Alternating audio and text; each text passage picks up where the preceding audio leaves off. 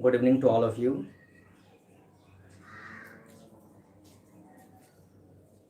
Chat option में कुछ दिख नहीं रहा है।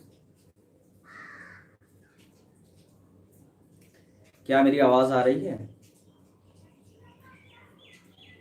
जल्दी से बताइए, क्या मेरी आवाज़ आ रही है?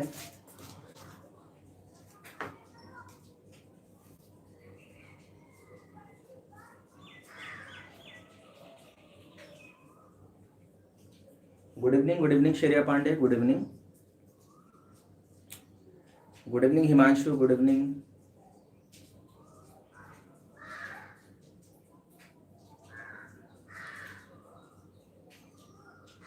Good evening Alka, good evening. Good evening Isha, good evening Amisha.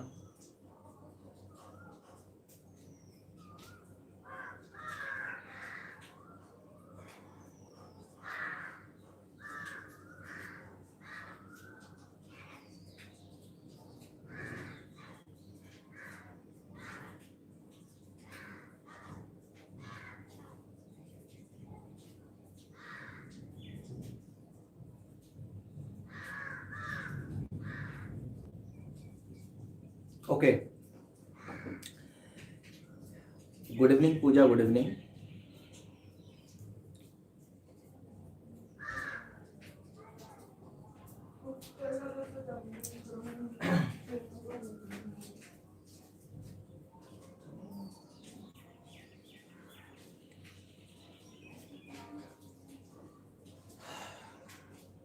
Good evening Neha, good evening. Good evening Krishna. So हम लोगों ने जितने भी बेसिक टर्म्स हैं रिगार्डिंग टू स्फेरिकल मिरर वो ऑलरेडी हम लोगों ने कंप्लीट कर लिया है। So we had discussed all the basic terms regarding the spherical mirror, जैसे पोल, फोकस, सेंटर ऑफ कर्वेचर, पारा एक्सियल रेज, मार्जिनल रेज, ये जितने भी बेसिक टर्म्स हैं ये सारे हम लोगों ने इसके प्रीवियस लेक्चर में कंप्लीट कर लिया है। तो आज हम लोग फॉर्मूला पर एंटर करेंगे कि किस तरीके से स्फेरिकल मिरर के क्वेश्चंस बनते हैं। Good evening Ankit, good evening Shifali, good evening.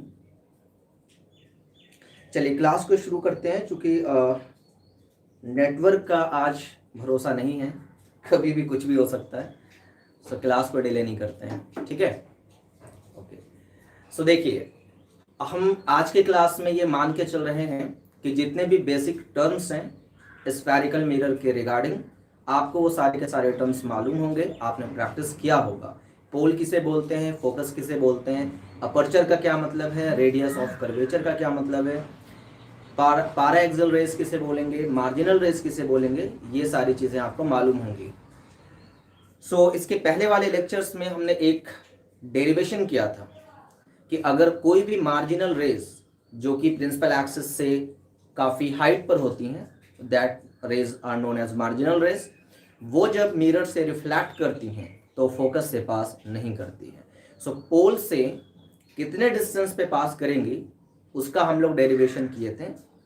एक बार उस डेरिवेशन के फॉर्मूले को हम दोबारा लिख रहे हैं और उस पर 1 से 2 क्वेश्चंस करते हैं, ठीक है?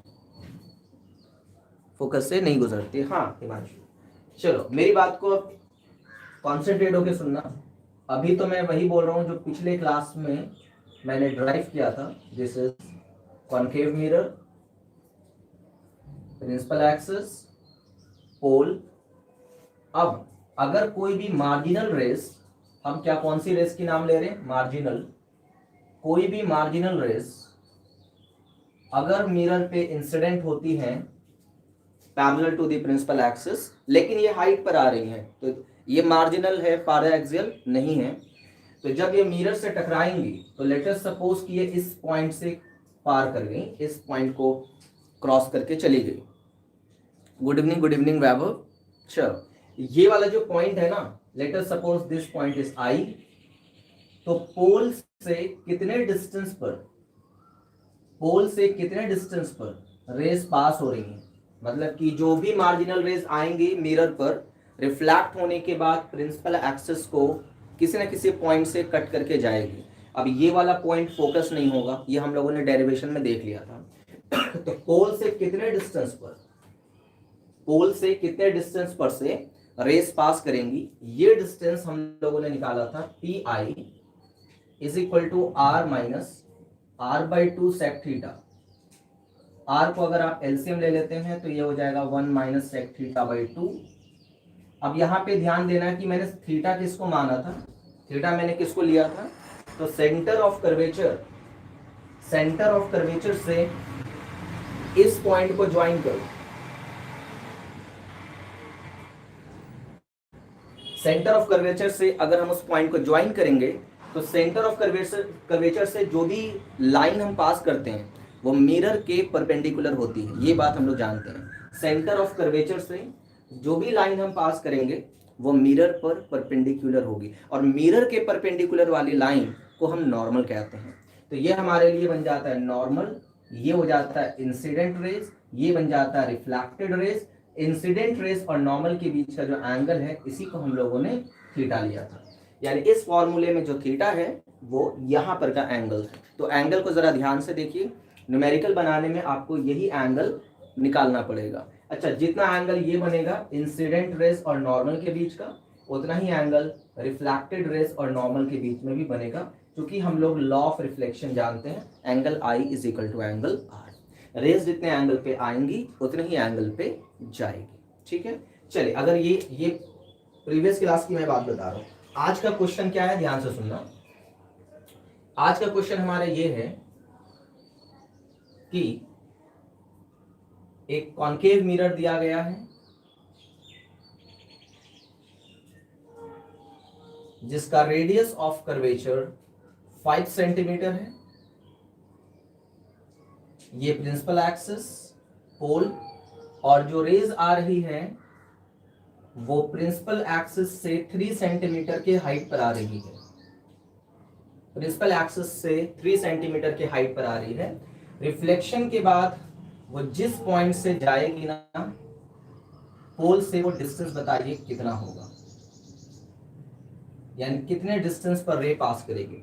अब जरा एक बात को ध्यान से सुनना मेरी, इसका रेडियस ऑफ कर्वेचर कितना है 5 सेंटीमीटर, और ये रेस कितने हाइट पे आ रही है 3 सेंटीमीटर। तो क्या आप 5 सेंटीमीटर के कंपैरिजन में 3 सेंटीमीटर बहुत छोटा है क्या? बिल्कुल भी नहीं। 5 सेंटीमीटर के कंपैरिजन में 3 सेंटीमीटर काफी ज्यादा हो गया। So this is not a paraxial rays, it is a marginal rays, क्योंकि इसको हम प्रिंसिपल एक्सिस के क्लोज मान ही नहीं सकते हैं, क्योंकि इसका radius of curvature he 5 centimetre है और 3 सेंटीमीटर के हाइट पे रेस आ रही है। तो कहां से क्लोज हुआ? ये डिस्टेंस नेग्लिजिबल कब होगा? जब ये बहुत बड़ा होता और वो बहुत छोटा होता। बट 5 सेंटीमीटर के सामने 3 सेंटीमीटर को हम नेग्लेक्ट नहीं कर सकते हैं। तो ये वाली जो रेस आ रही है, this is not a paraxial rays, it is a marginal rays. So obvious बात है, मिरर से टकराने के बाद फोकस से पास नहीं करेंगी। तो लेट अस सपोज कहां से पास हो रही है? आई से। Now calculate the distance from pole. बताइए पोल से कितने डिस्टेंस पर से रेस पास हुई है, आपको पी आई बताना है, ये डिस्टेंस। ठीक है, तो जब भी मुझे डिस्टेंस चाहिए पी आई, तो उसके लिए मुझे थीटा की जरूरत पड़ेगी। थीटा क्या होता है? सेंटर ऑफ कर्वेचर से पॉइंट ऑफ इंसिडेंट, जिस पॉइंट पे रे आई है उसको ज्वाइन करना है। This is C, centre of curvature से इसको ज्वाइन करना है।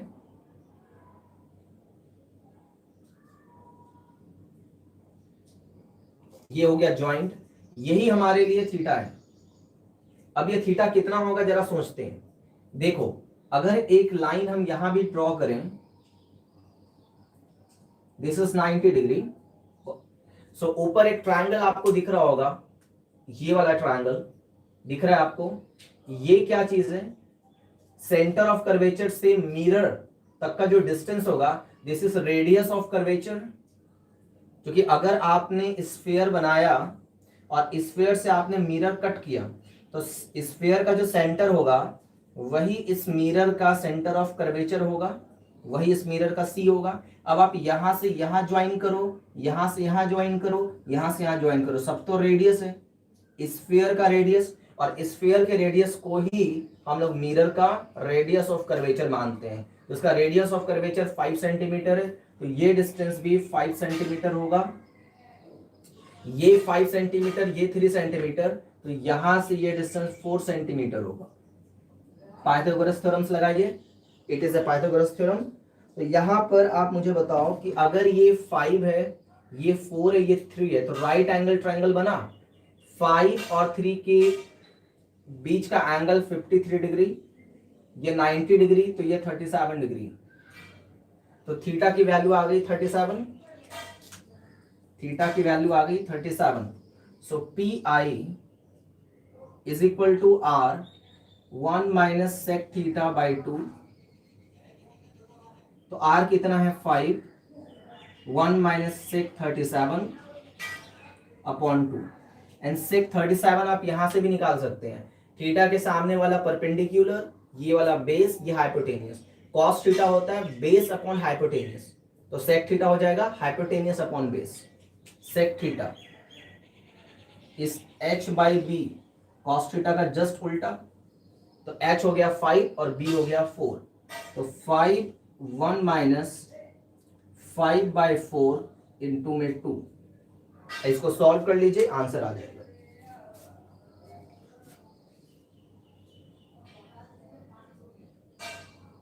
सॉल्व कीजिए जरा और बताइए कितना आंसर आ रहा है।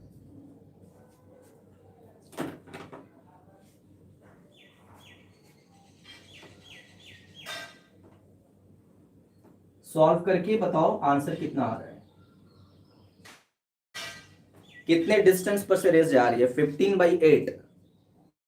ओके, तो P I is equal to 15/8। कोई बता सकता है पॉइंट में कितना होगा? अगर ऊपर वाला 16 होता तो 8 से 2 बार में कैंसिल होता, 1.87 centimetre. This is the distance from the pole. अब जरा थोड़ा सा एनालाइज करो, चलो अब ये बताओ, जो मैं पूछ रहा हूं वो ध्यान से सुनना। रेडियस ऑफ कर्वेचर कितना है? 5 सेंटीमीटर। तो फोकस कहां होगा? फोकल लेंथ होता है r/2। रेडियस ऑफ कर्वेचर 5 है, तो 2.5 सेंटीमीटर पर फोकस होगा। फोकस कहां होगा? 2.5 सेंटीमीटर पे। ठीक, मतलब कहानी कुछ ऐसी बन रही है, ये है आपका मिरर, ये है प्रिंसिपल एक्सिस, ये पोल, फोकस यहां पर है, ये डिस्टेंस कितना है? 2.5 सेंटीमीटर, और यहां पर सेंटर ऑफ कर्वेचर है। जो रेज आई वो कितने डिस्टेंस पे पास कर रही है? 1.87। बताओ 1.87 कहां होगा? फोकस से, फोकल लेंथ से ज्यादा या फोकल लेंथ से कम? ये बताइए, फोकल लेंथ से ज्यादा डिस्टेंस होगा या फोकल लेंथ से कम होगा? फोकस से पहले। Very good.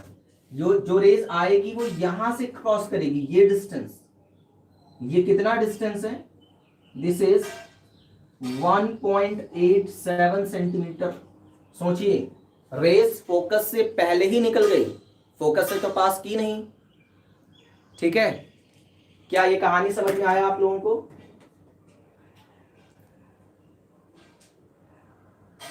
इसमें कोई दिक्कत किन्हीं को है? बताइए।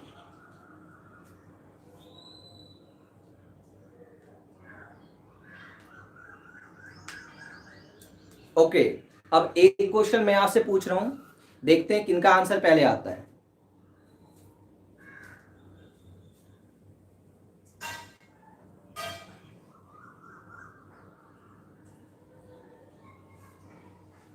ध्यान से सुनना, ये है कॉनकेव मिरर, प्रिंसिपल एक्सिस, पोल। जो रेज आ रही है सेंटर ऑफ कर्वेचर से जब मैंने इसको ज्वाइन किया,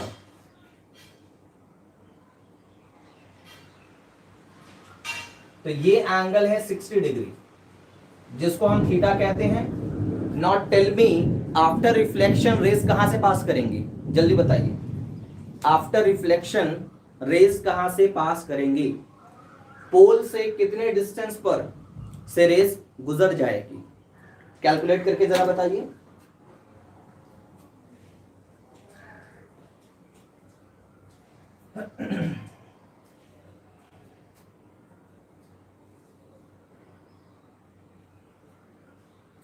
पोल से कितने डिस्टेंस पर से रेज पास करेगी।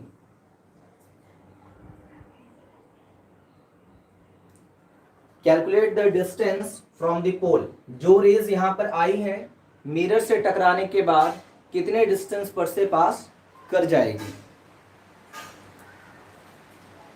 रेडियस आर ही मान लो, रेडियस आर ले लो, रेडियस ऑफ कर्वेचर इसका आर ले लो, है ना।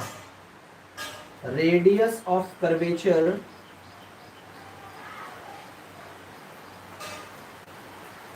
Is equal to R, R के टर्म में आंसर देना है, आर आएगा। कैलकुलेशन अच्छे से करो। 2√3r, oh my God.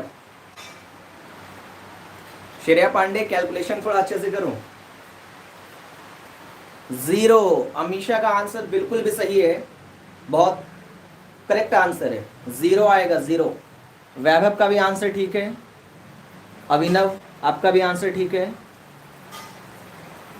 चलिए सारे लोगों का आंसर सही आ रहा है, बहुत अच्छी बात है। नेहा आपका भी आंसर ठीक है, वेरी गुड। पूजा आपका भी आंसर सही है।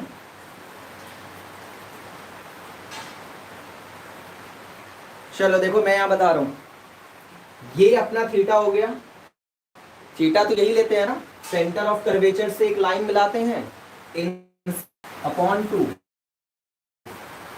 थीटा कितना है 60, सेक 60 डिग्री बाई 2।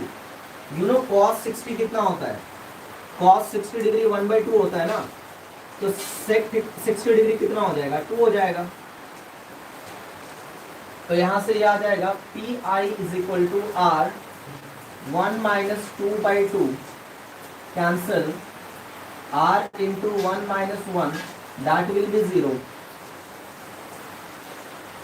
क्या मतलब है इसका, क्या मतलब है इसका, पोल से कितने डिस्टेंस पर से रेस जा रही है, 0 पर, मतलब जो रेस आई वो पोल से ही चली गई, कहां पहुंच गई, पोल पर। जो रेस इसके से आई वो कहां चली गई, पोल पर, क्योंकि पोल से डिस्टेंस कितना आ रहा है 0, मतलब कि जो रेस आई वो रेस टकराने के बाद कहां पहुंच गई, पोल पर। तभी तो पोल से उसका डिस्टेंस कितना आ रहा है, 0 आ रहा है।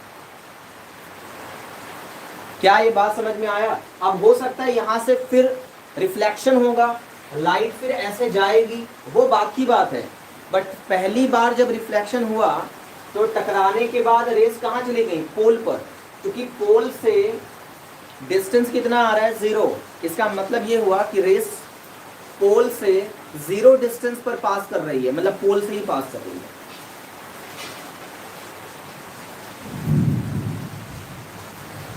शॉर्ट।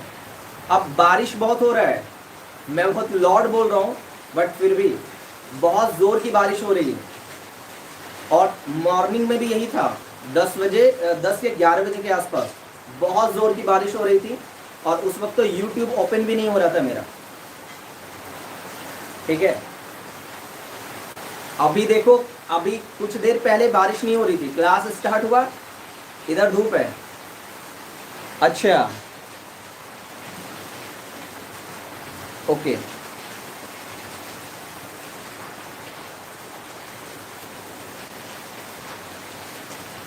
चलो कोई नहीं, कोशिश करना। देखो बहुत टफ चीज नहीं पढ़ा रहे हैं, सिंपल सिंपल बातें हैं, आप पहले से भी थोड़ा बहुत जानते हो, तो चीजें समझ में आ जाएंगी, है ना। एकदम न्यू चीज पढ़ाते हैं ना तो दिक्कत होता है।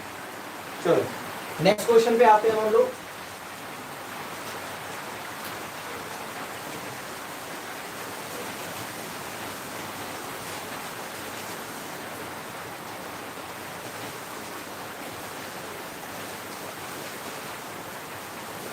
नेक्स्ट क्वेश्चन देखो,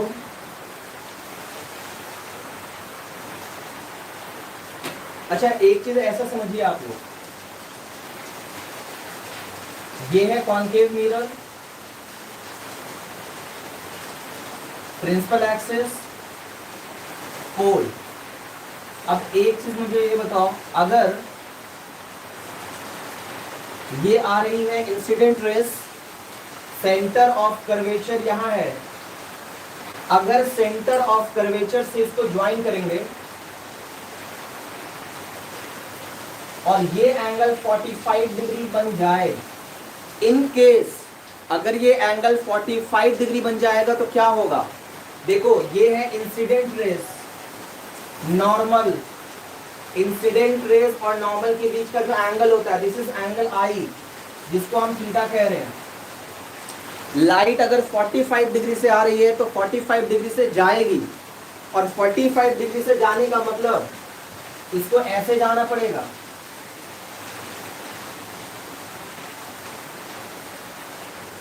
ऐसे जाना पड़ेगा, तभी ये एंगल 45 बनेगा। ठीक है, क्योंकि ये और ये परपेंडिकुलर होना चाहिए, ये वाली रेस और ये वाली रेस परपेंडिकुलर होगी, ये वाली रेस परपेंडिकुलर होगी, तभी तो इसका बीच वाला 45 डिग्री और 45 डिग्री बनेगा। अब अगर ये यहाँ पर आई रेस ऐसे आएगी, सेंटर ऑफ कर्वेचर को अगर हम यहाँ ज्वाइन करेंगे इसको,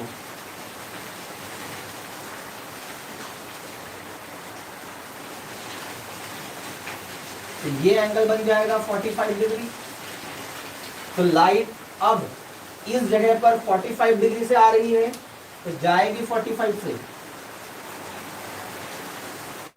दिस एंगल इज 45। तो याद रखना, अगर 45 डिग्री से आएगी ना तो फाइनल जो रेज है वो पहले वाले के पैरेलल हो जाएगी, these two rays are parallel.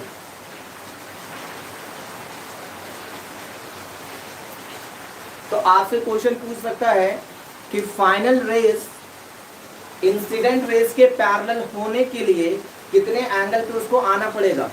45 degree पे अगर वो आएगी तभी फाइनली एक बार रिफ्लेक्शन यहाँ होगा, दूसरी बार रिफ्लेक्शन यहाँ होगा, फाइनली जब वो जाएगी तो पहली वाली रेस के पैरेलल हो जाएगी। तो आपसे ये एंगल के बारे में पूछ सकता है 45 degree. Very good, very good, सही है।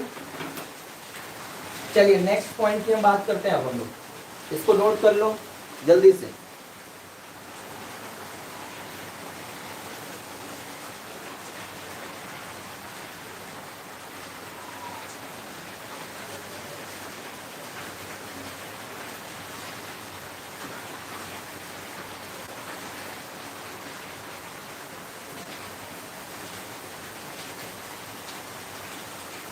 अब कुछ बेसिक इंपॉर्टेंट पॉइंट हम दिखा रहे हैं। देखिए, some basic important points.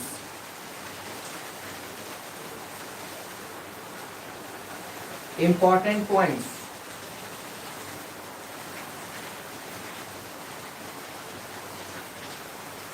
Spherical mirror में जितने भी इंपॉर्टेंट पॉइंट हो सकते हैं, सारे के सारे इंपॉर्टेंट पॉइंट हम लोग यहाँ पे लिखेंगे नोट्स में। ठीक है, सारे के सारे पॉइंट को हम लोग नोट्स में लिखेंगे, और न्यूमेरिकल बनाने के लिए जितने पॉइंट्स की ज़रूरत होगी वो सारा पॉइंट हम यहाँ लिख देंगे। तो ये जो हम अभी लिखने वाले हैं ये बहुत ही ज़्यादा इम्पोर्टेंट है। मतलब कि आपको क्या करना होगा, उन सारे पॉइंट को बहुत अच्छे से रिमेंबर करके रखना होगा। तो दिस इज इम्पॉर्टेंट पॉइंट में देखो, पहला इम्पॉर्टेंट पॉइंट, फर्स्ट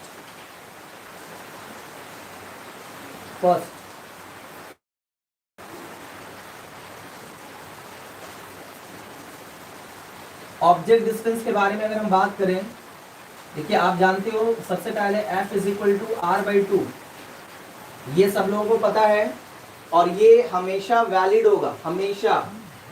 दूसरा पॉइंट, मिरर फॉर्मूला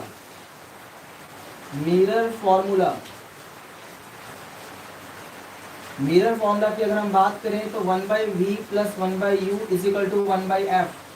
सारे लोगों को पता है 1/v + 1/u plus 1/u is equal to 1/f। इसमें v क्या है, इमेज डिस्टेंस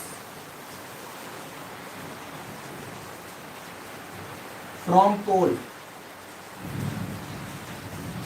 u क्या है, ऑब्जेक्ट डिस्टेंस फ्रॉम पोल। कहां से मेजरमेंट हो रहा है, पोल से। f क्या है, फोकल लेंथ फ्रॉम पोल। सारा मेजरमेंट पोल से होता है। 2 पॉइंट हो गया। थर्ड पॉइंट, ऑब्जेक्ट डिस्टेंस की अगर हम बात करें तो ऑब्जेक्ट डिस्टेंस अगर नेगेटिव तो समझ जाना ऑब्जेक्ट रियल है। ऑब्जेक्ट डिस्टेंस अगर पॉजिटिव तो समझ जाना ऑब्जेक्ट वर्चुअल है। तो अगर ऑब्जेक्ट डिस्टेंस नेगेटिव आ रहा है इसका मतलब वो रियल है। ऑब्जेक्ट डिस्टेंस अगर पॉजिटिव आ रहा है तो इसका मतलब वो वर्चुअल है। उसी तरीके से पॉइंट नंबर यहां पे और देखते हैं, बी, इमेज डिस्टेंस अगर नेगेटिव तो इमेज रियल होगा। इमेज डिस्टेंस अगर पॉजिटिव तो इमेज वर्चुअल होगा। मतलब नेगेटिव वाली चीजें रियल और पॉजिटिव वाला चीज वर्चुअल। नेगेटिव आएगा तो रियल, पॉजिटिव आएगा तो वर्चुअल। फोकल लेंथ अगर नेगेटिव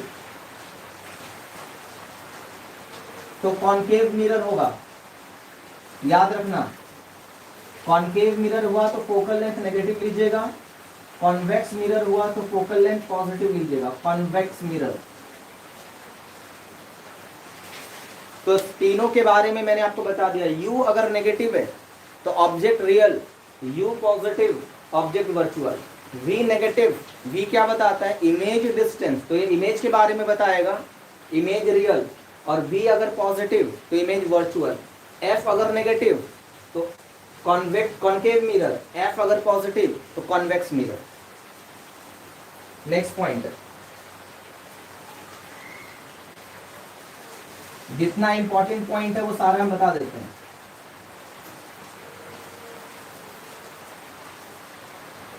नेक्स्ट देखिए, पॉइंट नंबर 4,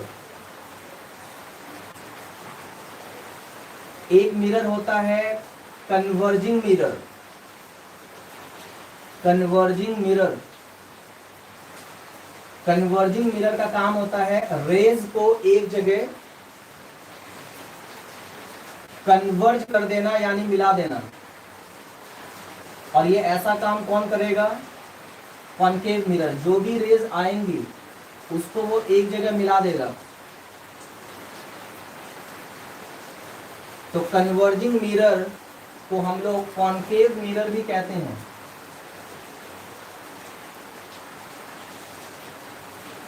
कन्वर्जिंग मिरर को क्या बोलते हैं, कॉनकेव मिरर। एक होता है diverging mirror. Diverging mirror, diverging mirror का काम होता है रेज को डाइवर्ज कर देना। मतलब अगर ये वाली जो मिरर है, कौन सी मिरर है ये, कॉन्वेक्स, ये प्रिंसिपल एक्सिस, जो भी रेज आएंगी रिफ्लेक्ट करके ऐसे चली जाएगी। जो भी रेज आएगी रिफ्लेक्ट करके ऐसे चली जाएगी। तो ये क्या कर रहा है, ये वाला मिरर जो भी रेज आ रही है इसको डाइवर्ज कर रहा है, दूर कर रहा है। तो डाइवर्जिंग मिरर, डाइवर्जिंग मिरर कौन है, convex mirror. Convex mirror, convex mirror is a diverging mirror. Converging, converging का मतलब सारी रेस को एक पॉइंट पे लाके मिला देना। तो ये कौन करता है ऐसा काम, कॉनकेव मिरर ऐसा काम करता है। जो भी रेस आती हैं, जो भी रेस यहाँ पे आ रही है, देखो ये रेस ऐसे आई, टकराने के बाद ऐसे चलेगी, ऐसे चलेगी, सारी रेस यहाँ मिल जाएगी। कन्वर्ज हो गया, कौन किया, कॉनकेव मिरर। तो कन्वर्जिंग मिरर को ही कॉनकेव मिरर बोलते हैं, डाइवर्जिंग मिरर को हम लोग कॉन्वेक्स मिरर बोलते हैं। क्योंकि डाइवर्जिंग का मतलब होता है रेस को डाइवर्ट कर देना, यानी कि फैला देना। तो diverging mirror. Next,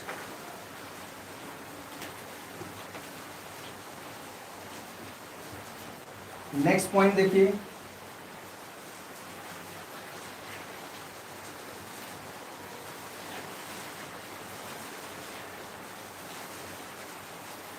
point number जो भी है, पॉइंट नंबर उसको लिख लीजिएगा।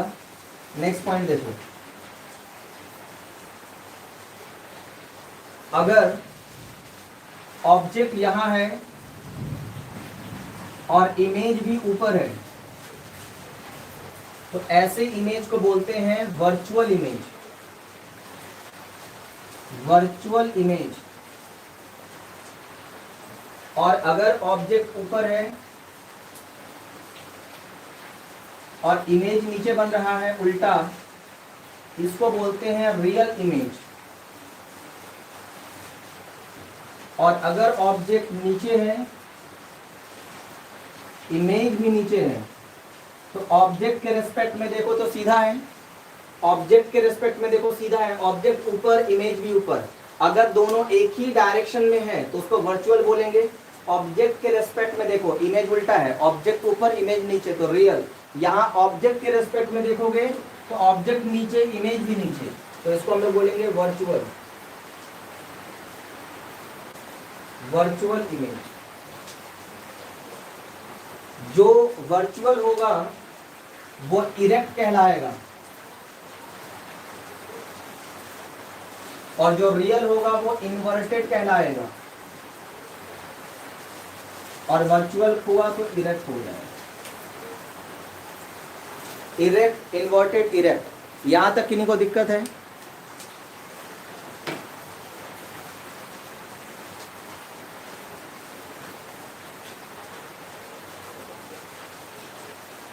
यहां तक कोई परेशानी है तो बोलिए। ऑब्जेक्ट और इमेज अगर दोनों सेम साइड है, ऑब्जेक्ट के रेस्पेक्ट में ये सीधा है तो वर्चुअल, ऑब्जेक्ट के रेस्पेक्ट में उल्टा है तो रियल। जो उल्टा इमेज बनेगा वो रियल होगा, जो सीधा बनेगा वो वर्चुअल होगा। सीधा जो बनेगा वो वर्चुअल होगा और इरेक्ट होगा, उल्टा जो बनेगा वो रियल होगा और इन्वर्टेड होगा। सीधा जो बनेगा वो वर्चुअल होगा और इरेक्ट होगा। नेक्स्ट पॉइंट को देखिए,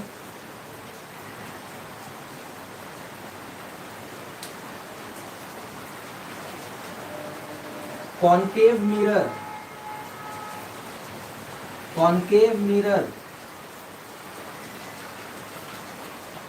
रियल इमेज भी बना सकता है, वर्चुअल इमेज भी बना सकता है,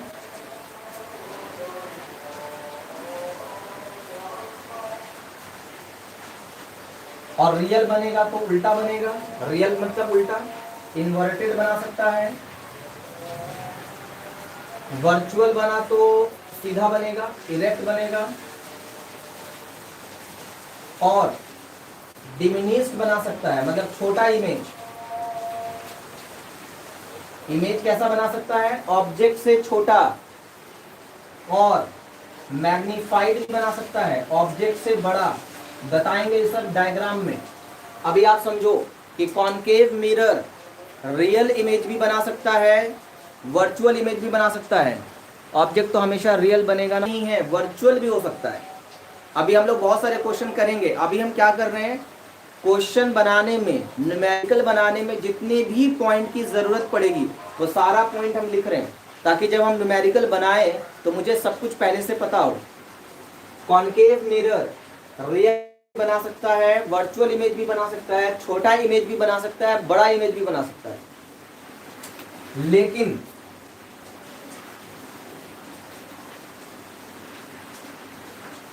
कॉन्वेक्स मिरर, कॉन्वेक्स मिरर, और ये सब जितनी बात हम कह रहे हैं सब डायग्राम में दिखाएंगे हम लोग नेक्स्ट क्लास में। कॉन्वेक्स मिरर हमेशा वर्चुअल इमेज बनाएगा, वर्चुअल मतलब इरेक्ट, और हमेशा छोटा इमेज बनाएगा, डिमिनिश्ड। बस दोनों में याद रखिएगा। कई बार ट्रू और फॉल्स वाला क्वेश्चन आ सकता है, क्या कॉन्वेक्स मिरर रियल इमेज बना सकता है? तो आप कहोगे नहीं। क्या कॉन्वेक्स मिरर मैग्नीफाइड इमेज बना सकता है, बड़ा इमेज? तो आप बोलोगे नहीं। ये बना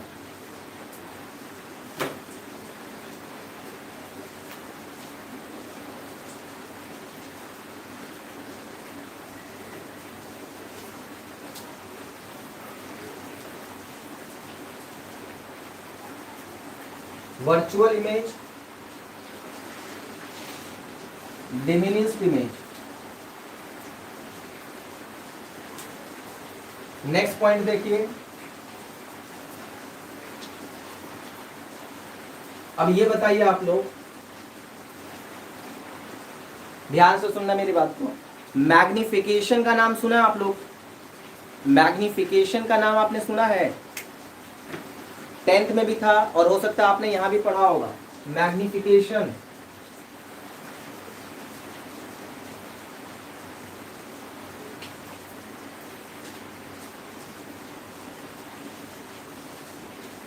क्या होता है मैग्निफिकेशन, जरा बताइए। मैग्निफिकेशन को एम से डिनोट करते हैं। बस मुझे ये बताओ कि मैग्निफिकेशन, नहीं फॉर्मूला नहीं पूछ रहे हैं, एक्चुअली मैग्निफिकेशन किस बात का इंफॉर्मेशन देता है? मैग्निफिकेशन किस बात को बताता है, क्या इंफॉर्मेशन देता है मैग्निफिकेशन?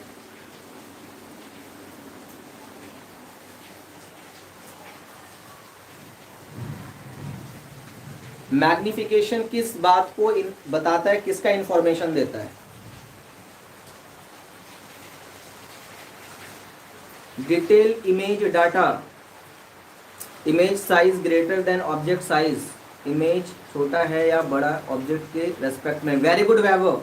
सो मैग्निफिकेशन, मैग्निफिकेशन, और श्रेया आपका भी आंसर सही है। मैग्निफिकेशन आपको ये बताता है कि इमेज ऑब्जेक्ट से बड़ा बन रहा है या ऑब्जेक्ट से छोटा बन रहा है, और ये भी बताता है कि इमेज रियल है या वर्चुअल है। ध्यान से सुनना मेरी बात को। मैग्निफिकेशन अगर एक से ज्यादा है, मैग्निफिकेशन की वैल्यू अगर ग्रेटर देन 1 है, एक से ज्यादा, तो समझ जाएंगे इमेज की हाइट ज्यादा है ऑब्जेक्ट की हाइट से। अगर मैग्निफिकेशन 1 के बराबर है तो समझ जाएंगे कि इमेज की हाइट एंड ऑब्जेक्ट की हाइट दोनों बराबर बराबर है। जितने हाइट का ऑब्जेक्ट है उतनी ही हाइट का इमेज है। अगर मैग्निफिकेशन की वैल्यू लेस देन 1 है, 1 से कम, तो इमेज की हाइट कम होगी ऑब्जेक्ट की हाइट से। यानी अगर इमेज बड़ा बन रहा है तो इसको हम लोग कहेंगे मैग्नीफाइड, मैग्नीफाइड इमेज, इमेज बड़ा बन रहा है। और अगर इमेज छोटा बन रहा है तो डिमिनिश्ड इमेज, डिमिनिश्ड इमेज। और अगर दोनों बराबर है तो इक्वल साइज, इक्वल साइज। सो मैग्निफिकेशन की वैल्यू हम लोगों को बताती है कि इमेज ऑब्जेक्ट से बड़ा है या ऑब्जेक्ट से छोटा है, और बड़ा है तो कितना बड़ा है ये भी बताएगा। अभी हम लोग देखते हैं इस चीज को। और एक चीज देखिए, m की वैल्यू जरा देखो।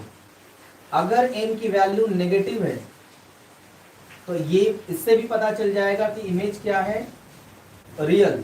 अगर m की वैल्यू पॉजिटिव है तो इमेज क्या है, वर्चुअल। यानी मैग्निफिकेशन हम लोगों को दो इंफॉर्मेशन दे रहा है।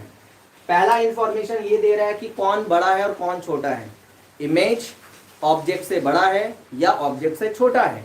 और इसका जो साइन है नेगेटिव और पॉजिटिव, ये बताएगा कि इमेज रियल है या वर्चुअल है। हालांकि इमेज रियल है या वर्चुअल है ये हम लोग v से भी पता कर लेते हैं। इमेज डिस्टेंस, v क्या है, इमेज डिस्टेंस। अगर v नेगेटिव आएगा तो इमेज हम लोग कहते हैं कि रियल बनेगा, और अगर v पॉजिटिव आएगा तो इमेज बनेगा वर्चुअल। ये हम लिख भी चुके हैं। तो v से भी हम लोग ये बता पाएंगे, v के साइन को देखकर, कि इमेज रियल है या वर्चुअल है, और m को देखकर भी बता देंगे कि इमेज रियल है या वर्चुअल। यानी इमेज के बारे में हम दो तरीके से जान सकते हैं, v के साइन को देखकर और या u m के साइन को देखकर।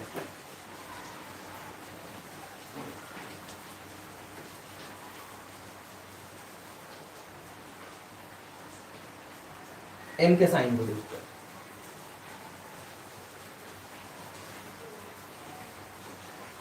अब देखिए, इसमें से एक चीज आप समझिए। अगर मान लीजिए मैग्निफिकेशन अगर दिया गया है m = +5, और मैग्निफिकेशन दिया गया है m इज इक्वल टू -5। इसका क्या मतलब है?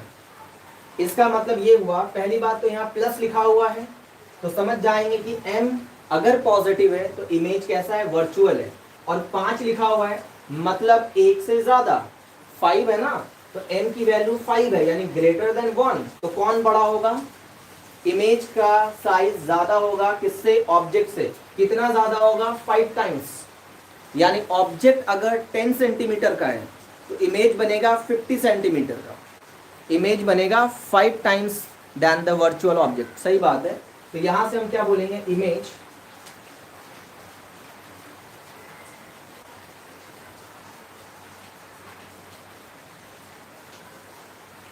वर्चुअल है। और दूसरी बात, इमेज की जो हाइट है ना वो ऑब्जेक्ट की हाइट से 5 टाइम्स ज्यादा है। यानी image 5 times magnified, 5 times magnified. Image 5 times magnified है देन ऑब्जेक्ट।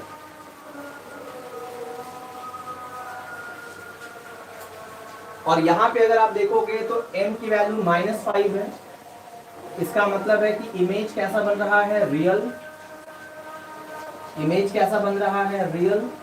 और हाइट ऑफ इमेज 5 टाइम्स है हाइट ऑफ ऑब्जेक्ट। यानी इमेज अभी भी इमेज का जो साइज है ऑब्जेक्ट से 5 टाइम्स ज्यादा है। यानी ऑब्जेक्ट अगर 10 सेंटीमीटर की है तो इमेज 50 सेंटीमीटर की होगी, 5 टाइम्स ज्यादा, 5 गुना ज्यादा। यानी हम यहाँ क्या बोलेंगे? Image is 5 times magnified than object.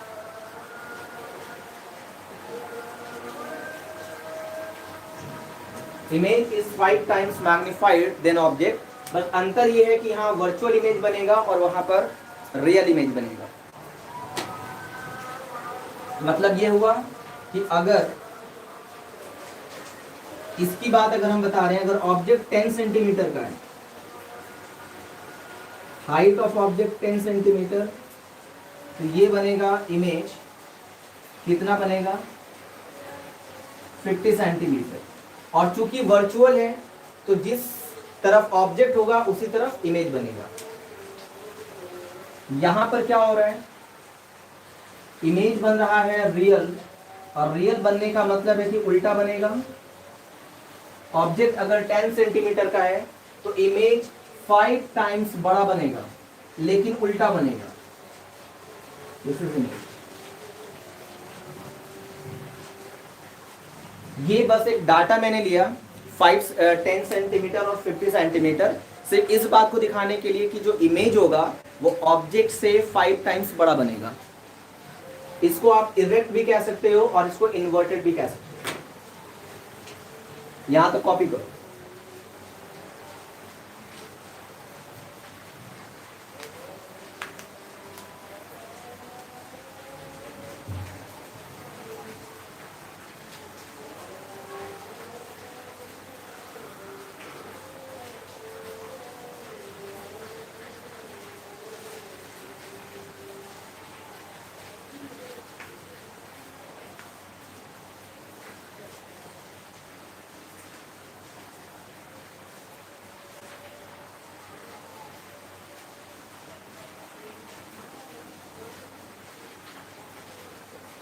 Okay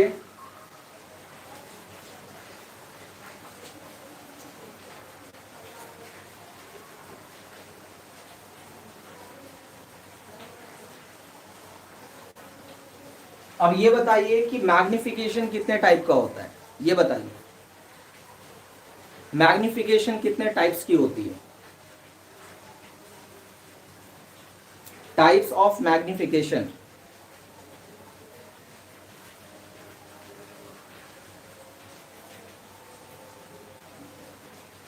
types of magnification.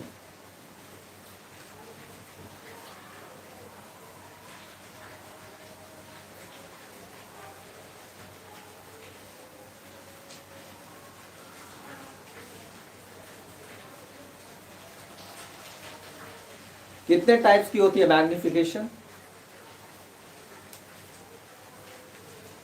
First magnification होता है transverse magnification. Transverse magnification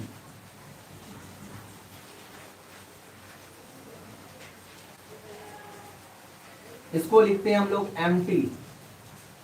transverse magnification, ध्यान से सुनना, क्या होता है ट्रांसवर्स मैग्निफिकेशन?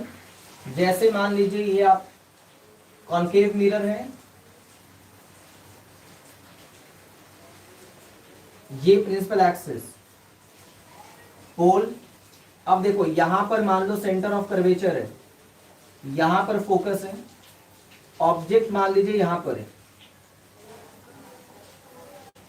ठीक है। अच्छा, इसके पहले एक और चीज मैं आपको समझा दूं ताकि आप ये चीज और अच्छे से समझ पाओ। एक चीज होता है साइन कन्वेंशन, साइन कन्वेंशन, ताकि आप और बेटर ढंग से इस बात को समझ पाओ। साइन कन्वेंशन, बिना साइन कन्वेंशन के ऑप्टिक्स के प्रॉब्लम नहीं बनेंगे, तो साइन कन्वेंशन ध्यान से सुनना जरूरी है ताकि आप अप्लाई कर पाओ। साइन कन्वेंशन में याद रखिएगा, पोल को हम लोग हमेशा ऑरिजिन पर रखेंगे। पोल को कहां रखेंगे? ऑरिजिन पे। या आप यू कहो कि मिरर का जो पोल है हम उसी को ऑरिजिन एज्यूम कर लेंगे। तो ये अगर ऑरिजिन हो गया तो यहाँ का कोऑर्डिनेट 0 0 बनेगा, तो पोल को हम क्या एज्यूम कर लेंगे कि वही हमारा ऑरिजिन है। दूसरा, लाइट के डायरेक्शन में, in the direction of light, light के डायरेक्शन में अगर आप जाओगे तो पॉजिटिव लेना, opposite to direction of light, light के अगर आप अपोजिट जाओगे तो नेगेटिव लेना। ये दो बात याद रखना, लाइट के डायरेक्शन में जाओगे तो पॉजिटिव लेना, लाइट के अपोजिट जाओगे तो नेगेटिव लेना। प्रिंसिपल एक्सिस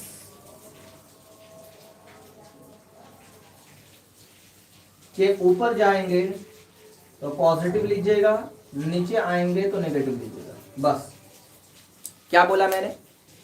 मिरर के पोल को क्या ले लेना है? ऑरिजिन। और लाइट के डायरेक्शन में जाओगे तो पॉजिटिव, लाइट के ऑपोजिट आओगे तो नेगेटिव। प्रिंसिपल एक्सिस के ऊपर जाएंगे तो पॉजिटिव, प्रिंसिपल एक्सिस के नीचे आएंगे तो नेगेटिव। यही डायरेक्शन आपको हमेशा लेना है। एक बार फिर से सुन लीजिए, मिरर के पोल को क्या लेना है? ऑरिजिन। यानी कि अगर वो ऑरिजिन है तो हम लोग कोई भी डिस्टेंस कहां से मेजर करते हैं? ऑरिजिन से मेजर करते हैं। तो यहां पर जो भी हम डिस्टेंस मेजर करेंगे, कहां से मेजर करेंगे? ऑरिजिन से। और ऑरिजिन कहां है? पोल पर। तो ये हमारा ऑरिजिन हो गया। तो आपको कुछ भी नापना हो, ऑब्जेक्ट डिस्टेंस मेजर करनी हो, पहले पोल पर आ जाइए। इमेज डिस्टेंस नापना हो, पहले पोल पर आ जाइए। फोकल लेंथ नापना हो, पहले पोल पर आ जाइए। सबसे पहले कहां पर आना है? पोल पर। उसके बाद ऑब्जेक्ट डिस्टेंस यहां से नापेंगे, इमेज डिस्टेंस यहां से नापेंगे, फोकल लेंथ यहां से नापेंगे। और पोल को क्या मैंने मान लिया? ऑरिजिन। लाइट जिस तरफ जा रही है अगर आप भी उधर ही जाओगे तो लाइट के डायरेक्शन में पॉजिटिव, लाइट के ऑपोजिट जाओगे तो नेगेटिव। प्रिंसिपल एक्सिस के ऊपर पॉजिटिव, प्रिंसिपल एक्सिस के नीचे नेगेटिव। साइन कन्वेंशन अगर आप नहीं लगाओगे तो एक भी क्वेश्चन नहीं बनेगा। तो ये बहुत ही इंपॉर्टेंट है, सुपर डुपर इंपॉर्टेंट है। बिना साइन कन्वेंशन के ऑप्टिक्स नहीं पढ़ा जाता है, क्वेश्चन ही नहीं बनेंगे। चलिए ये बात आप समझिए, फिर मैं आता हूं मैग्निफिकेशन पे। चलिए अब मैग्निफिकेशन हम देखिए, आपको अभी रे डायग्राम पे दिमाग नहीं लगाना कि सर कैसे कैसे बन गया। रे डायग्राम हम लोग बाद में पढ़ेंगे। अभी आप ऐसे समझो कि इस तरीके से रेज आती है, यहां से ऐसे जाती है, ठीक है। उसके बाद मान लेते हैं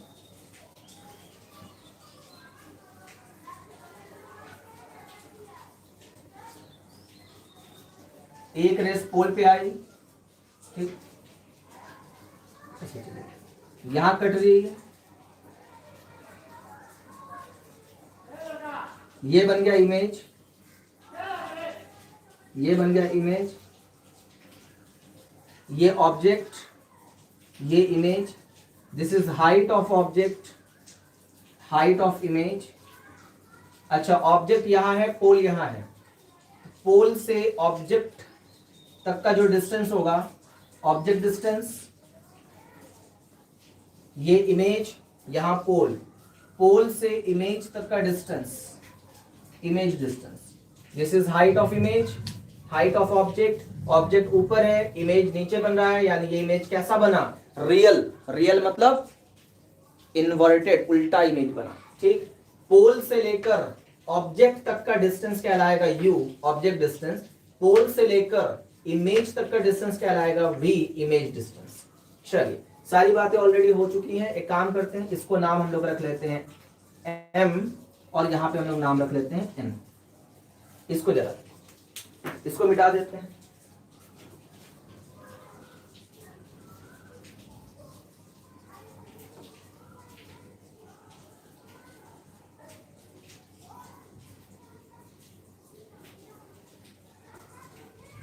अब जरा मुझे ये बताइए कि हम कौन सा मैग्निफिकेशन पढ़ रहे हैं, ट्रांसवर्स मैग्निफिकेशन।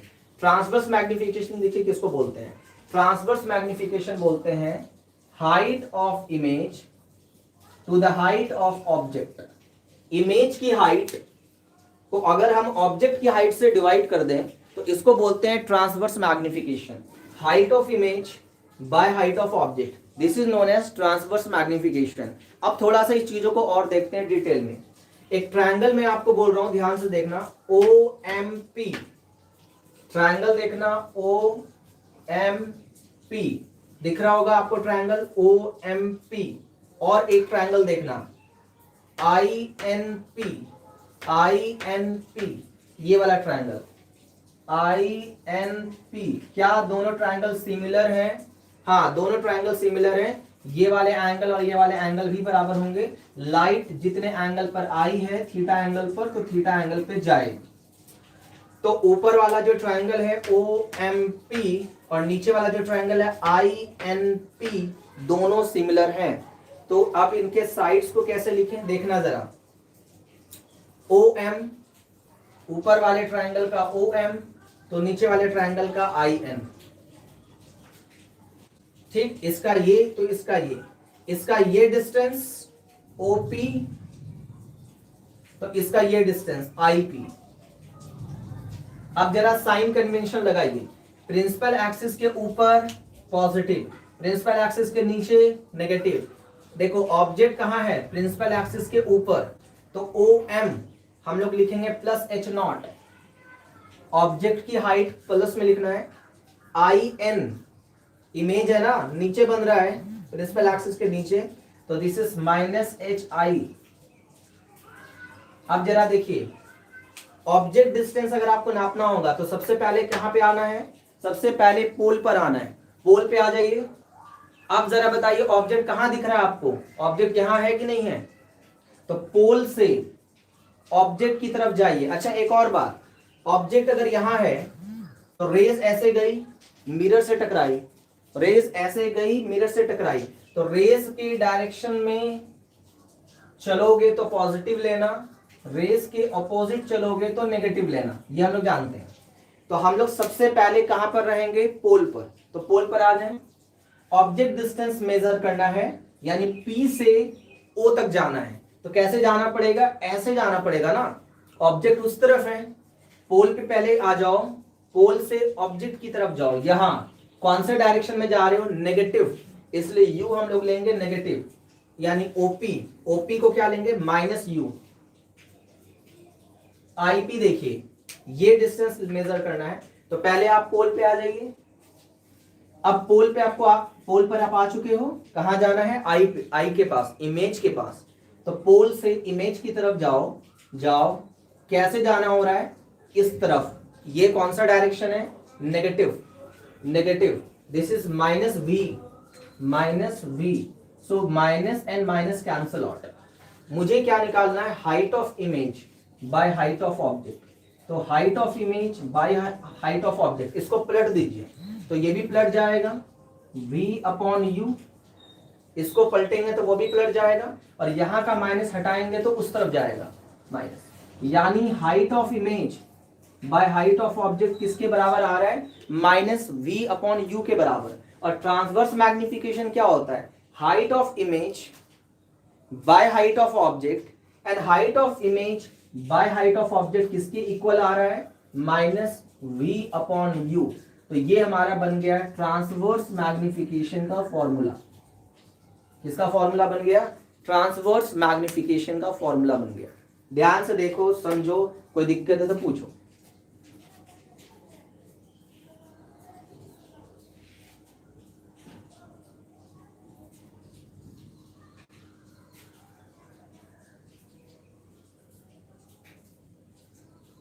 हाँ, इसमें इधर का जितना डिस्टेंस होगा सारा नेगेटिव, इधर का जितना डिस्टेंस होगा सारा negative.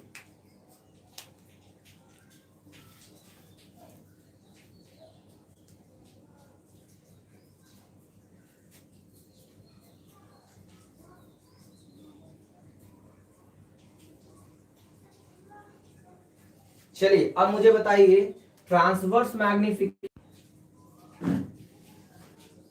Height of image and height of object किसके बराबर है, minus V upon you.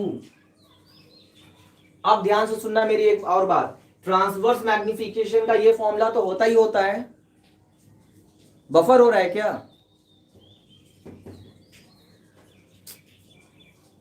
Shut.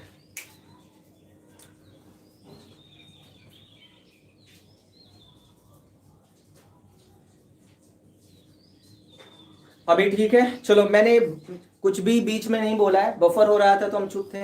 आप लोग ये मत सोचना कि कुछ मिस हो गया है।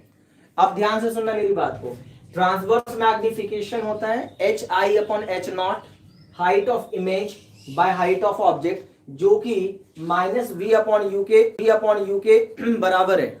अब जरा मुझे एक बात बताओ, ये चीज transverse magnification F upon F minus you के भी इक्वल होता है। अब ये सारा फॉर्मूला ना बहुत इंपॉर्टेंट है, आपके मैक्सिमम बड़े बड़े कैलकुलेशन को छोटा बना देगा। जब प्रॉब्लम डिस्कस करेंगे तब देखना। इसी को हम और ऐसे भी लिख सकते हैं, F minus V upon F. ये सारे का सारा फॉर्मूला ट्रांसवर्स मैग्निफिकेशन का है। और एक बात, इसमें कोई भी फॉर्मूला अगर आप यूज करोगे ना, साइन कन्वेंशन के साथ, यूज विथ साइन कन्वेंशन,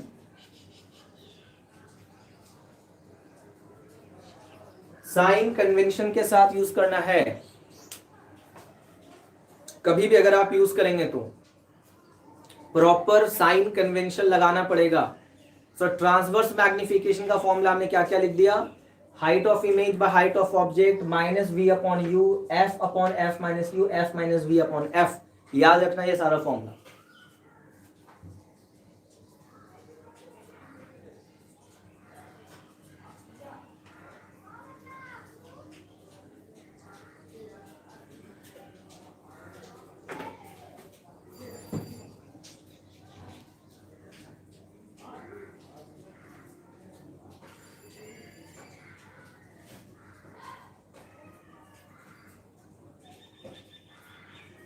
अब देखो, ये तो था ट्रांसवर्स मैग्निफिकेशन। कोई मुझे और बता सकता है कि नेक्स्ट मैग्निफिकेशन और कितने टाइप्स के होते हैं। नेक्स्ट मैग्निफिकेशन, ट्रांसवर्स मैग्निफिकेशन तो हमने डिस्कस कर लिया, एक और मैग्निफिकेशन बताइए।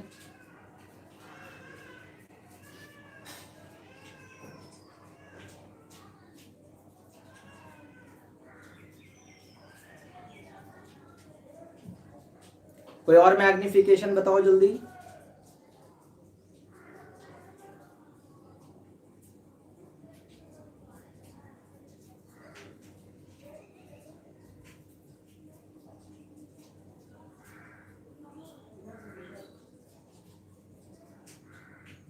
No idea. चलो देखो, next magnification is longitudinal magnification.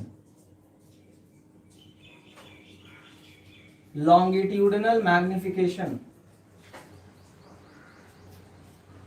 Longitudinal magnification is ml। क्या है ये longitudinal magnification? Longitudinal magnification is equal to length of image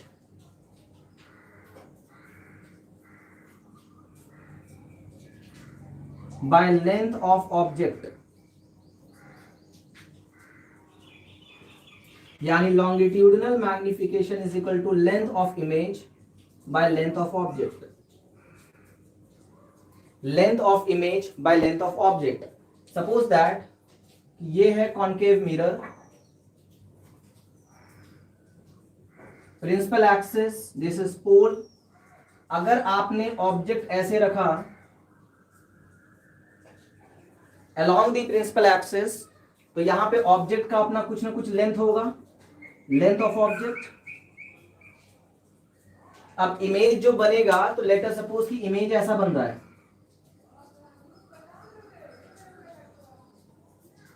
this is what length of image, length of image. तो image का length और object का length को अगर divide करोगे, length of image by length of object अगर आप divide करोगे, तो ये बन जाएगा लॉन्गिट्यूडनल मैग्निफिकेशन। थोड़ा सा अब ध्यान से सुनना मेरी बात को। यहां पर अगर ऑब्जेक्ट की हम बात करें, तो पोल से लेके यहां तक का distance let us suppose u1 है, और पोल से लेके यहां तक का distance let us suppose u2 है।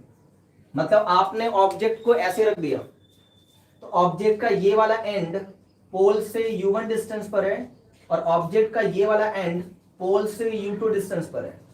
उसी तरह जो इमेज बना, इमेज का ये वाला एंड पोल से v1 डिस्टेंस पर है, और इमेज का ये वाला एंड पोल से v2 डिस्टेंस पर है। कोई मुझे बता सकता है L0 को क्या लिखोगे? u2 minus u1, u2 minus u1 is L0, u2 minus u1 is L0। होगा या नहीं होगा? चलिए बताइए, Li को क्या लिखिएगा? Li को क्या लिखोगे?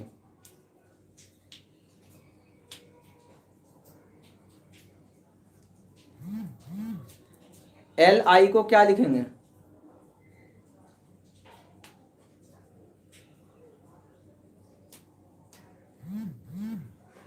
V2 minus V1, V2 minus V1। और साइन कन्वेंशन यहां नेगेटिव आता है। जब आप प्रॉपर साइन कन्वेंशन लिखोगे तो यहां नेगेटिव आएगा। ठीक है, इसको बोलते हैं लॉन्गिट्यूडिनल मैग्निफिकेशन। अब एक चीज सुनना मेरी बात, अगर ये पेन को आपने प्रिंसिपल एक्सिस के ऐसे रखा परपेंडिकुलर, तो यहां मिलेगा ट्रांसवर्स मैग्निफिकेशन। लेकिन अगर आपने पेन को ऐसे रख दिया अलोंग द प्रिंसिपल एक्सिस, तो ऑब्जेक्ट के पास लेंथ आ जाएगा। अगर ऐसे रखोगे ना, तो हम कहेंगे कि ऑब्जेक्ट के पास हाइट है, हाइट, तो इमेज के पास भी हाइट बनेगा। लेकिन अगर तुमने ऐसे रख दिया, तो अब हम कहेंगे कि ऑब्जेक्ट के पास लेंथ है, लेंथ, तो इमेज के पास भी लेंथ बनेगा। तो प्रिंसिपल एक्सिस के अलोंग अगर ऑब्जेक्ट रखोगे, तो उसमें आएगा लॉन्गिट्यूडिनल मैग्निफिकेशन। लॉन्गिट्यूडिनल मतलब लेटा हुआ ही, और प्रिंसिपल एक्सिस के परपेंडिकुलर रखोगे तो आएगा ट्रांसवर्स मैग्निफिकेशन। ऐसे रखोगे तो ट्रांसवर्स मैग्निफिकेशन मिलेगा, और प्रिंसिपल एक्सिस के अलोंग, प्रिंसिपल एक्सिस की तरफ रखोगे तो लॉन्गिट्यूडिनल मिलेगा। अच्छा, अगर ये ऑब्जेक्ट बहुत छोटा है, for small object, for small objects, अगर ऑब्जेक्ट बहुत छोटा है तो लॉन्गिट्यूडिनल मैग्निफिकेशन हो जाता है ट्रांसवर्स मैग्निफिकेशन का स्क्वायर। इस बात को याद रखिएगा, लॉन्गिट्यूडिनल मैग्निफिकेशन क्या हो जाता है? ट्रांसवर्स मैग्निफिकेशन का स्क्वायर। लेकिन कब? जब ऑब्जेक्ट बहुत ही छोटा होगा। क्योंकि ऑब्जेक्ट अगर बहुत छोटा होगा तो इमेज भी बहुत स्मॉल बनेगा। This is called longitudinal magnification.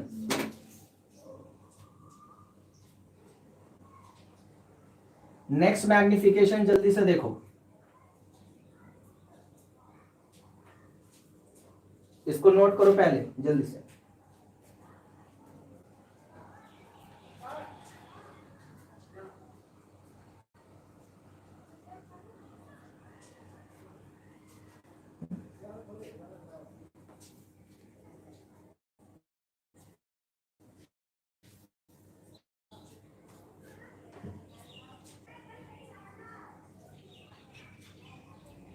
Next देखिए, नेक्स्ट मैग्निफिकेशन जरा देखिए ध्यान से। Superficial magnification, superficial magnification, superficial magnification is MS. क्या होता है ये सुपरफिशियल मैग्निफिकेशन? मान लो कि ये कॉन्केव मिरर है और आपने क्या किया, प्रिंसिपल एक्सिस के परपेंडिकुलर, परपेंडिकुलर आपने रख दिया एक प्लेट को।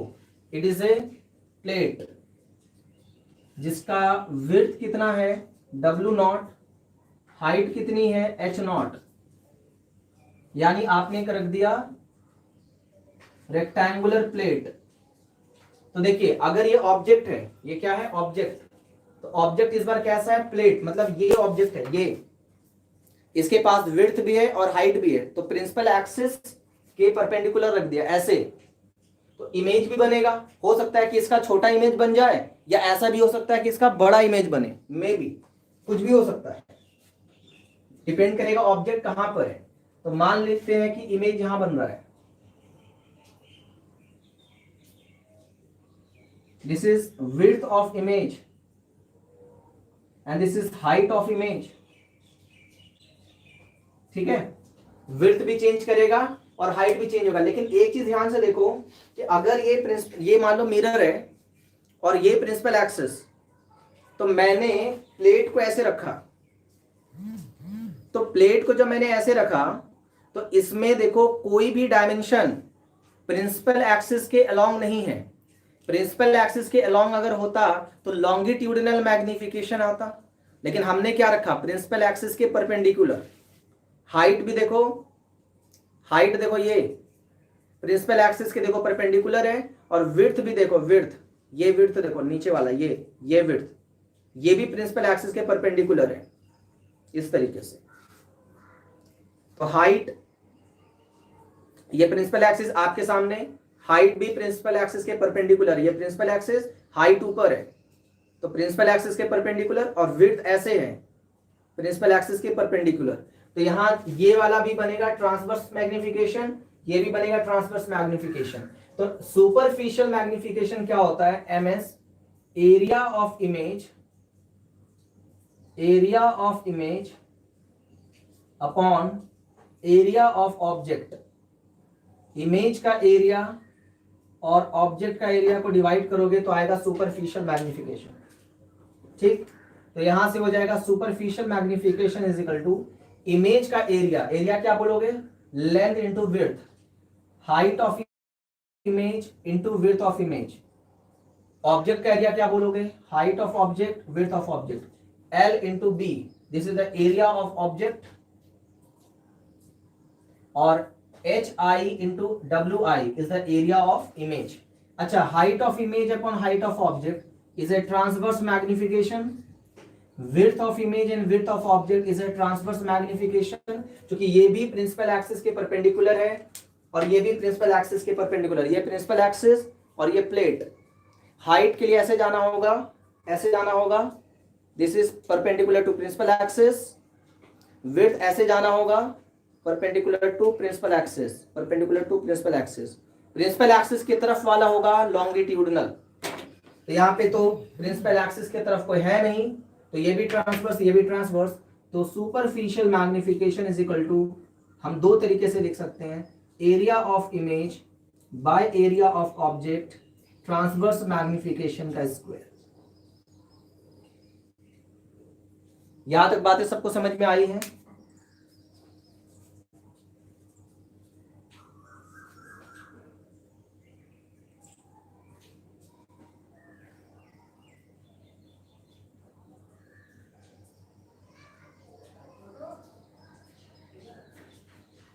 यहां तक की बातें समझ में आई है सबको?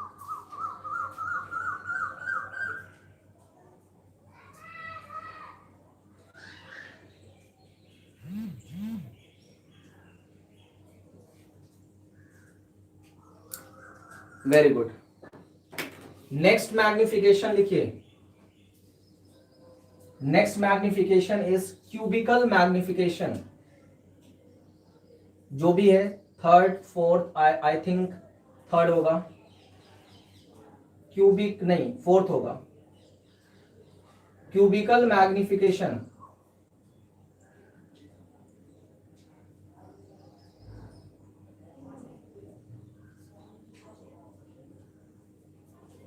चार तरह का मैग्निफिकेशन होता है, तो अभी हम लोग फोर्थ नंबर पे पढ़ रहे हैं, क्यूबिकल मैग्निफिकेशन। क्यूबिकल मैग्निफिकेशन क्या होता है, ध्यान से सुनना।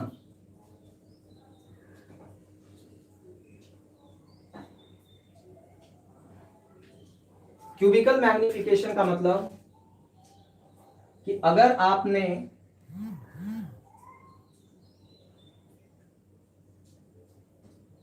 प्रिंसिपल एक्सिस पर इसको रख दिया, क्यूब को, जैसे ये मिरर है और ये प्रिंसिपल एक्सिस, आपने एक ऑब्जेक्ट यहां ऐसे रख दिया,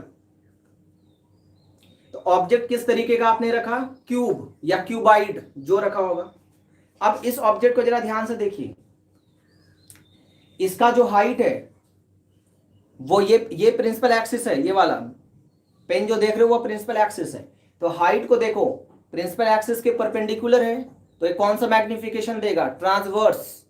विड्थ को देखो, विड्थ ये वाला, ये विड्थ, ये देखो प्रिंसिपल एक्सिस इधर है, विड्थ अंदर है, ये कौन सा देगा, ट्रांसवर्स। लेकिन इसका लेंथ देखो, लेंथ, लेंथ क्या है, लेंथ क्या है, प्रिंसिपल एक्सिस के अलोंग, तो ये इसका लेंथ कौन सा देगा मैग्निफिकेशन, लॉन्गिट्यूडनल। तो मान लेते हैं यहां पर तुमने एक रख दिया,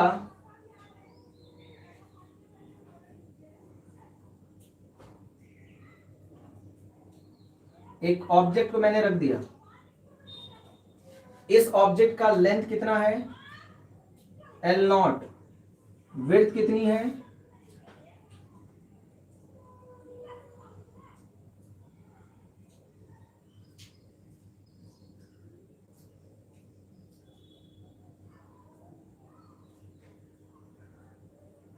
W0, हाइट कितनी है, H0। इसका जो इमेज बनेगा,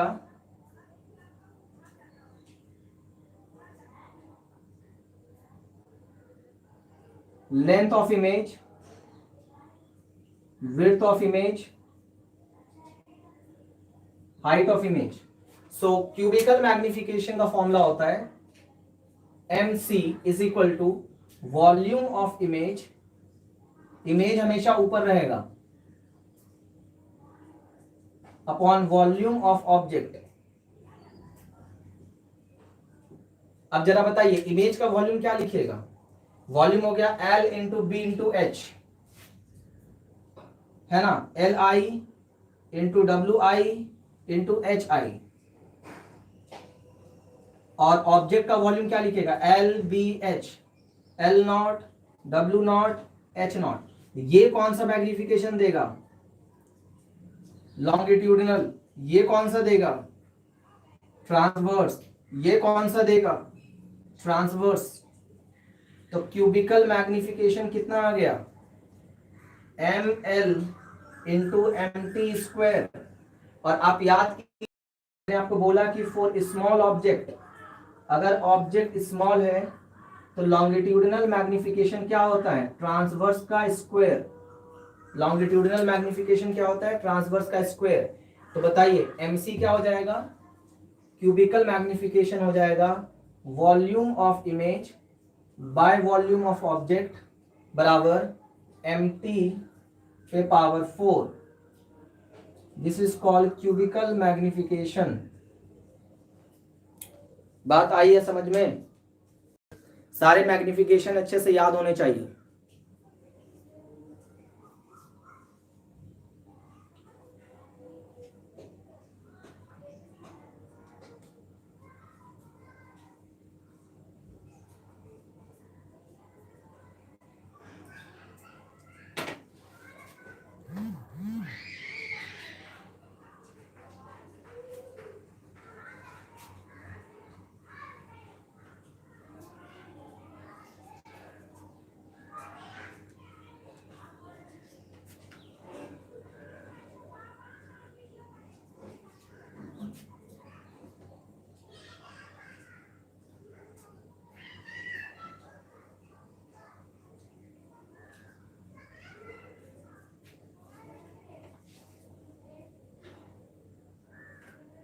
कॉपी हो गया?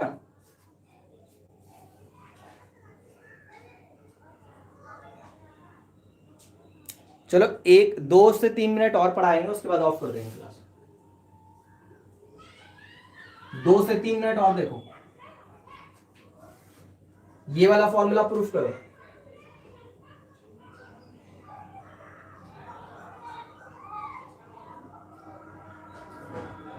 One by V plus 1/u is equal to 1/f। इसको प्रूफ कीजिए।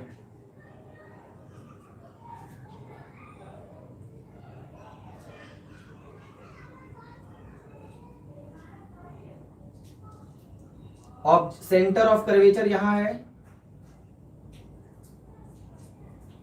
ऑब्जेक्ट यहां है।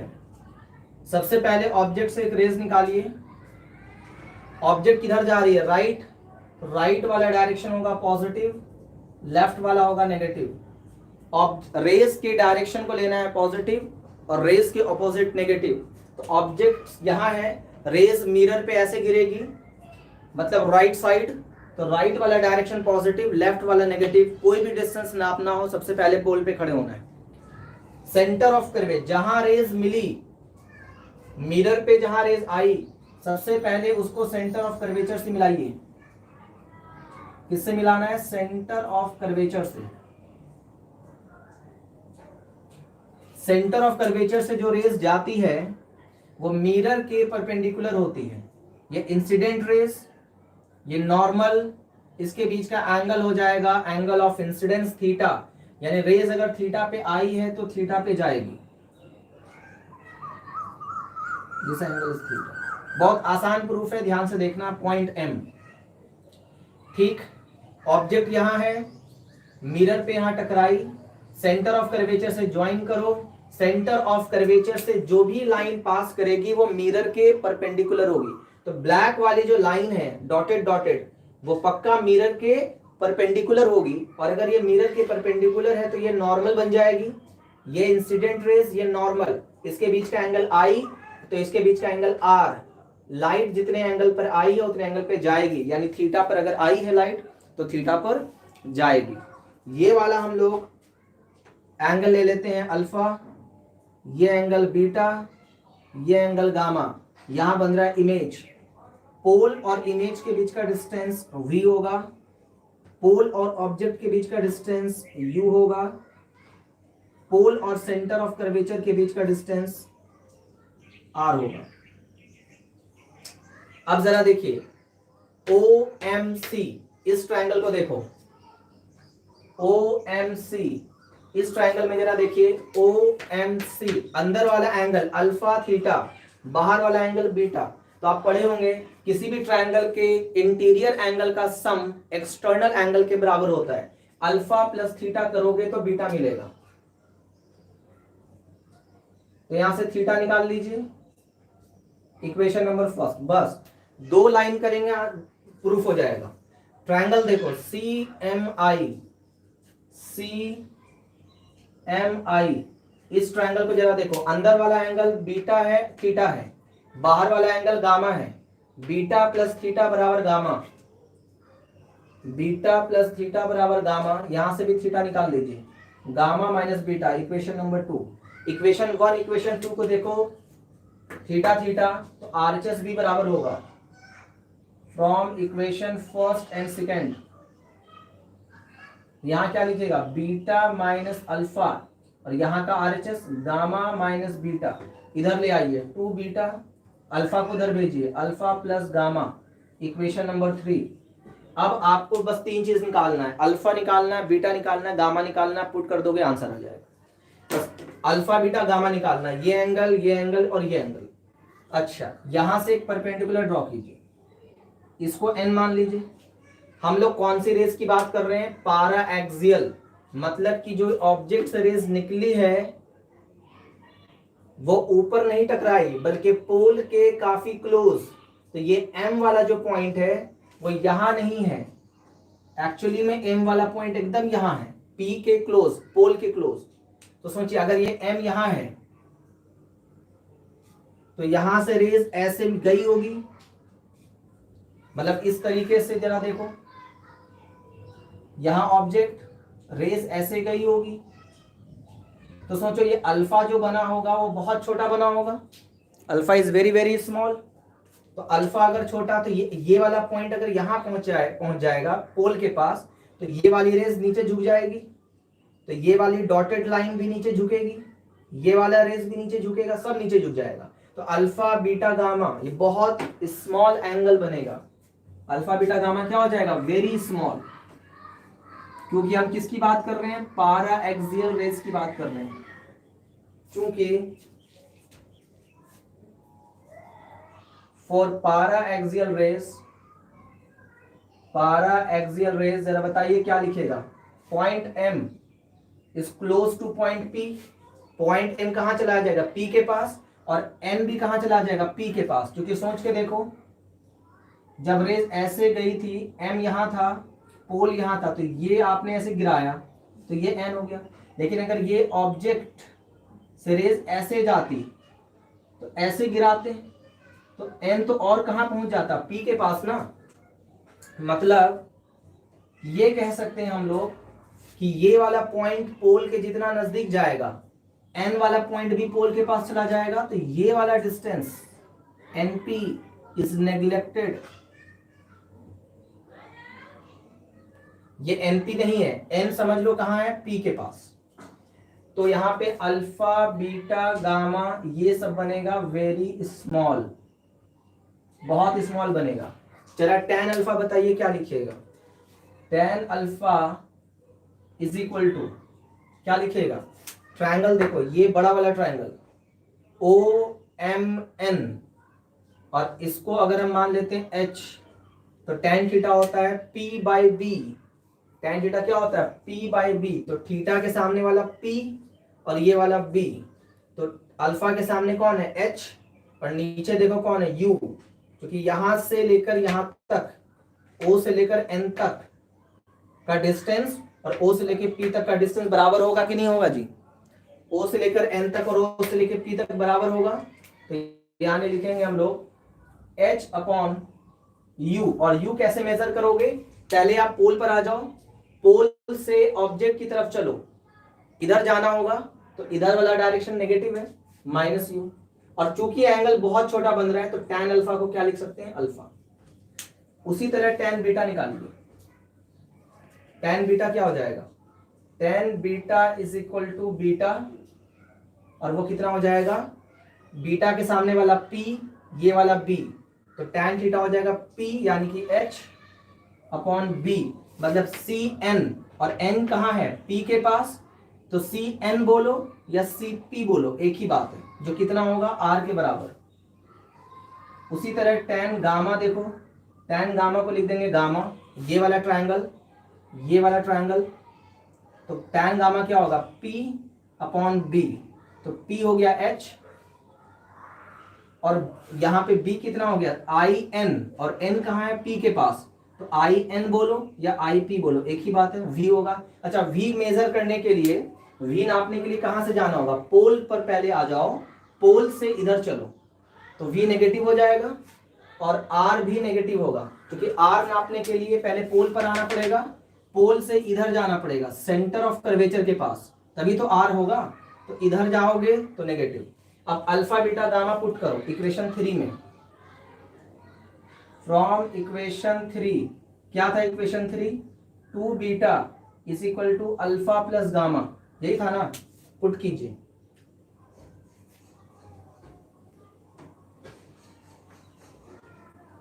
पुट करो, इसमें देखो कितना आ रहा है,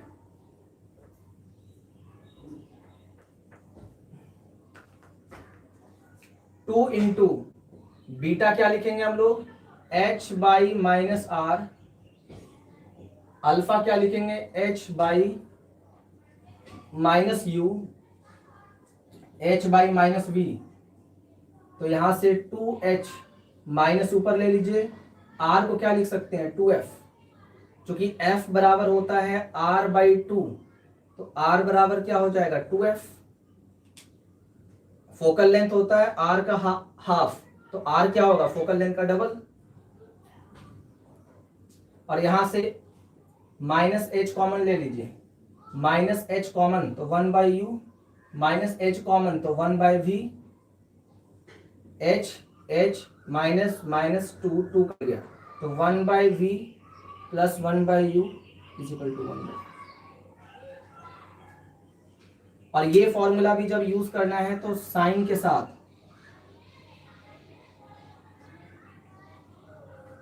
बिना साइन के यूज नहीं करना है, साइन के साथ।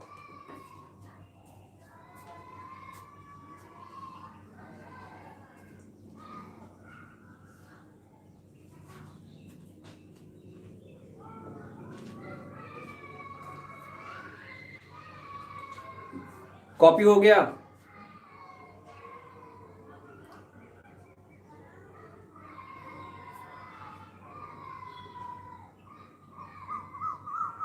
नोट डाउन हो गया सब लोग, सारे लोगों का? चलिए तो आज इतना ही रखते हैं, आज इतना ही रखते हैं हम लोग, और रिवाइज कर लीजिएगा इन सारी चीजों को। नेक्स्ट क्लास में हम लोग प्रॉब्लम के साथ स्टार्ट करेंगे, यानी स्फेरिकल मिरर में प्रॉब्लम पढ़ेंगे हम लोग नेक्स्ट क्लास में। Okay, thank you.